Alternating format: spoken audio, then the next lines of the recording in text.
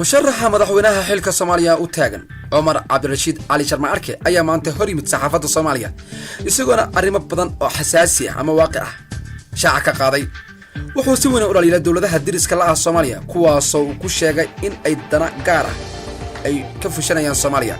waxaana Omar Cabdirashiid Sharma Arke uu arintiisa kaga hadlay in ciidamada Kenya iyo Ethiopia ay san u joogin nabad ilaaliyo ay u joogaan in ay faraha la soo galaan danaha Soomaaliya muxuu yiri Omar Cabdirashiid Soomaaliya warun wali amnigeeda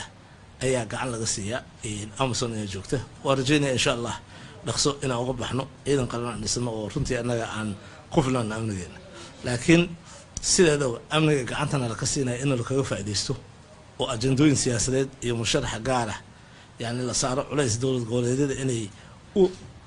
yani dheelitiraan siyaasadda iyo musharax gaar ah runtii waxay tahay arrin aan fiicnayn waxaan ka codsanayaa in dawladahan dariska ay faraha kala baxaan